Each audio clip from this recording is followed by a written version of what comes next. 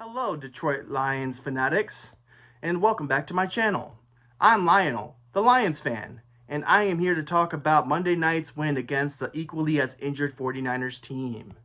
Before I begin to talk about this game, feel free to like and subscribe to my channel. Now that we got all that out of the way, it's time to talk football with Lionel. Before we get into the game between the Lions and 49ers, let me give a big fat shout out to the Packers for beating the Vikings for the Lions last Sunday afternoon. What do you mean they didn't beat the Vikings? Crap. Well, FTP is well alive, I see. Can't trust those cheeseheads to do anything these days. The Packers were able to make things interesting in the fourth quarter, but alas, it was all too late. But this does bode confidence for the Lions as they can beat the Vikings in a thriller. How so, you may be asking? Well, my young Padawan, I shall tell you how.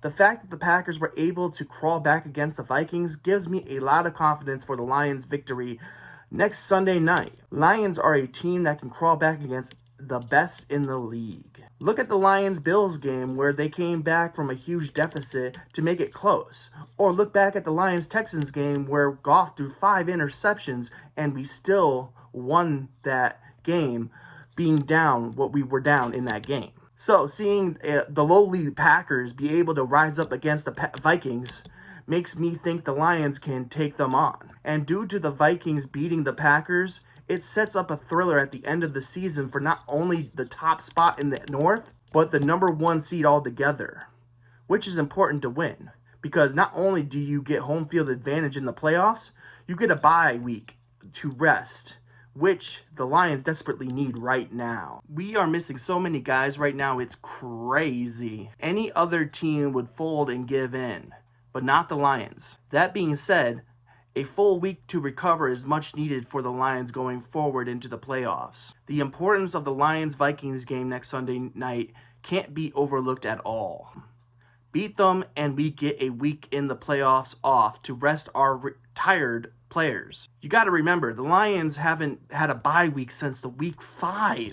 That's saying a lot that our team is doing as good as they are now. It really shows how great our coaching staff really is. But that being said, with the Vikings winning their last game against the Packers, means that the game against the 49ers technically doesn't matter in the grand scheme of things. But don't tell Dan Campbell that, as we played everyone on Monday Night Football and solidified a 14-win season for the boys in Honolulu Blue.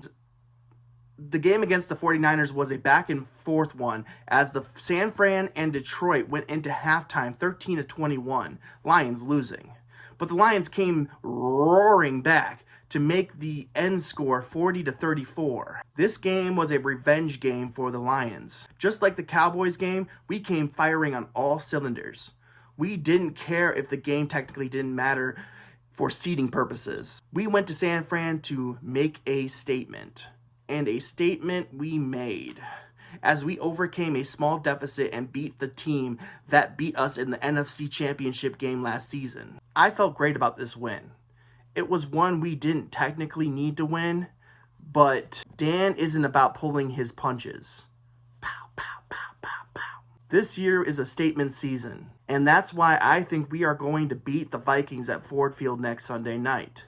But I digress. I predicted a slightly different end score in this San Fran-Detroit Lions game. I said it would be 36-17 Lions win, but the 49ers put up more of a fight than I expected for a team as injured as us and with nothing to play for. And that will do it for Lionel Talks Lions Football. I'm your friendly Lions fanatic, Lionel, here to tell you to roar on.